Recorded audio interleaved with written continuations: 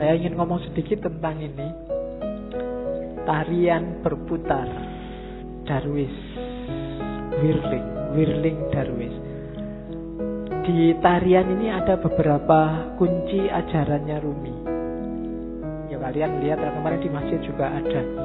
Itu ada rumusnya. Mungkin kalian lihat dengan semakin muter semakin cepat, semakin lemah semakin cepat. Ada yang tanya kok enggak pusing ya? Enggak. Ada rumusnya. Kalau pengen enggak pusing, yang pertama, waktu muter, kepalanya jangan ikut muter. Jangan ikut geleng, jangan ikut ngangguk. Yang kedua, jangan merem. Kalau merem, ada kecenderungan lebih pusing. Yang ketiga, jangan lirak-lirik. Pandangan matanya harus lurus. Jadi yang gerak cuma badannya. Posisi tangan itu penting. Tangan kanan menunjuk ke atas, tangan kiri ke bawah. Ini menjemput, menunggu hidayah dari Allah. Kalau sudah dapat, disebarkan ke bawah. Jangan dilek dewe basa Jawane. Aja dipek dewe. Kalau dapat ilmu banyak, kalau dapat yang penting-penting, ya disebarkan. Jangan pelit. Jangan nunggu diundang dan dibayar baru mau ngajar. Ya. Wong ilmu kamu nggak beli. Saya selalu bilang ilmu itu bukan karena usaha kita, tapi dikasih Allah. Kalau belajar itu kewajiban kita, tapi dapat ilmu atau tidak itu terserah Allah. Makanya kadang-kadang ada mahasiswa kuliah kok ngantuk. Jangan dimarahin, mungkin memang belum rezekinya dapat ilmu dari dosennya. Jadi ini menjemput hidayah, yang ini menyebarkan. Terus mutarnya berlawanan dengan jarum jam. Yaitu ada filosofinya. Kayak tawaf itu kan berlawanan dengan jarum jam juga. Ya mungkin filosofinya, kalau manut jarum jam itu berarti ikut ritmenya dunia, ikut ritme sehari-hari. Tapi yang spiritual itu ritmenya dibalik. Kita geraknya tidak mendatar tapi ke atas. Saya sering ngasih ilustrasi. Kalau kamu sudah masang mur itu, kamu muternya kan harus berlawanan dari arah jarum jam, baru murnya lepas ke atas. Tapi begitu kamu searah jarum jam, murnya akan semakin mancep, semakin ke dalam.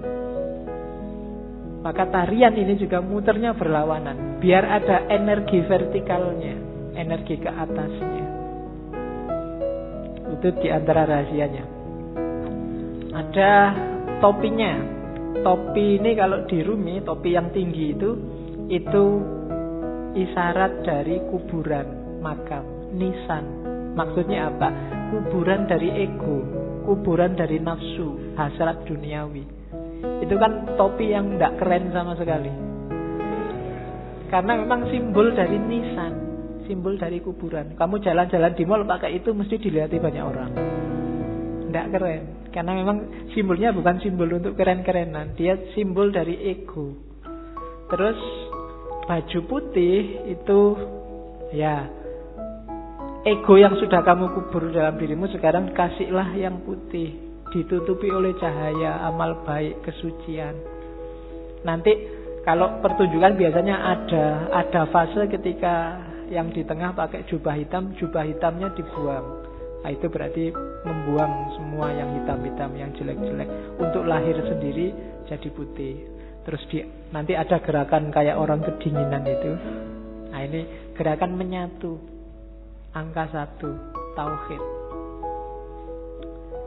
dan seterusnya. Itu wawasan kecil aja. Jadi kamu jangan heran kalau ada jenis tari semacam itu. Itu ada makna spiritualnya. Nari saja tanpa makna ya eman-eman. Yang lihat tari juga harusnya bisa ngambil makna. Kalau dalam sufi, jenis semacam ini namanya sama. Sama itu seni mendengarkan. Dengan mendengarkan terus kamu tergerak mengalami kedekatan sama Tuhan. Kan kadang-kadang ada orang yang kalau wiritan sendiri dia susah dekat sama Allah, susah tergetar hatinya. Tapi begitu mendengarkan orang ngaji, mendengarkan lagu-lagu spiritual, itu batinmu tergetar.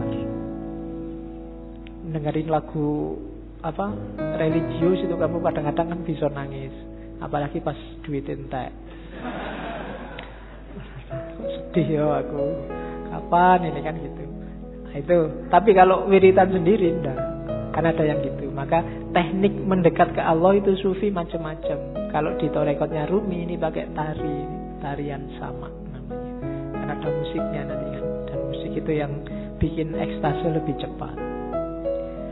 Oke, itu Whirling Dervish namanya. Teori tentang Darwis yang berputar. Saya sudah mau masuk ke cinta, cuma puisi ini menarik saya untuk bekal teman-teman, bagus untuk tidak kemerungsung. Banyak orang hari ini ketika kamu belajar ajarannya sufi terus, waduh berarti harus jadi sufi ini. Terus kamu besok wiritan terus, puasa terus 2 hari, tapi habis itu hari ketiga lagi, kumat lagi, terus lagi. Enggak. Katanya Rumi enggak begitu caranya, pelan-pelan. Step by step. Jika engkau belum punya ilmu, hanya prasangka, ya milikilah prasangka yang baik tentang Tuhan. Begitulah caranya, katanya Rumi. Jika engkau hanya mampu merangkak, maka merangkaklah kepadanya. Gak usah nunggu pinter tasawuf, pinter ilmu kalam, pinter fikih baru mendekati Allah. Bisanya apa? Ya dengan itu kamu mendekat ke Allah.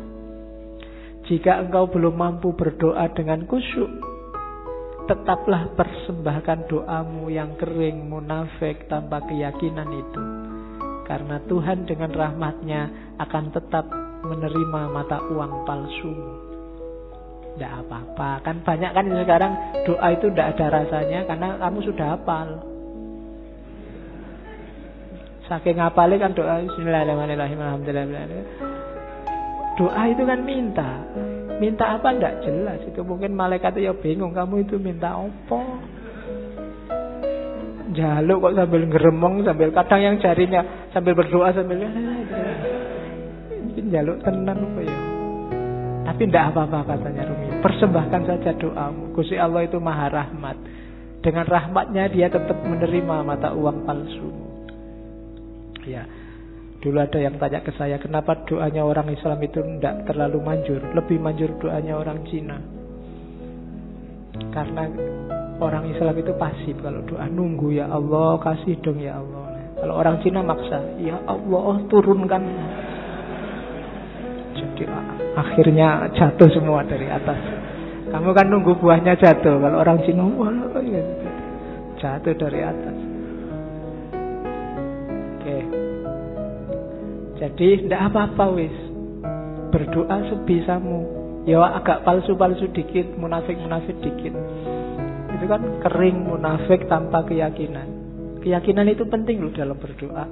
Karena Allah menjawab doamu itu sejauh keyakinanmu. Saya sering bilang kan, kalau kamu berdoa ya Allah semoga semester ini saya lulus kumlot, tapi kamu bisa ndak ya wong IPK ya ndak, kamu sendiri ragu-ragu ya ora dibales, kamu sendiri nggak yakin. Keyakinan itu penting. Pak, saya keyakinannya separuh, apa ndak usah berdoa saja? Ya berdoa saja, jangan khawatir. Allah tahu yang kamu mau. Berdoalah. Allah tetap mengakui meskipun uangmu palsu, sama Allah diterima aja ndak apa-apa. Karena Allah sangat sayang sama kita. Jika engkau masih mempunyai 100 keraguan mengenai Tuhan, maka kurangilah menjadi 99 saja. Begitulah caranya wahai pejalan. Jadi kalau kita masih tidak terlalu mantep keimanan kita selama ini, masih melanggar-melanggar, masih dosane oke, ya tidak apa-apa, dikurangi dikit-dikit. Ya 100% tidak mungkin lah ya. Dikurangi 1%, biar jiwamu terlatih. Kalau langsung dibuang semua, insya Allah gagal. Ya, saya langsung ingin ikhlas lillahi ta'ala, tidak ngejar surga Pak, tidak iso. Harus pelan-pelan. Terus biarpun telah 100 kali engkau ingkar janji, ayolah datanglah lagi. Gak usah malu-malu. Pak, dosa saya banyak Pak, saya harus datang lagi enggak Pak? Datang lagi aja. Allah tidak akan nolak. Tidak ada kata terlambat. Jadi tempuhlah jalan itu. Pak, itu dhuwur banget ya Pak teorinya Pak, tinggi sekali apa ya, saya bisa Pak, bisa, pelan-pelan, sedikit-sedikit, biar ilaihi roji'unnya sempurna.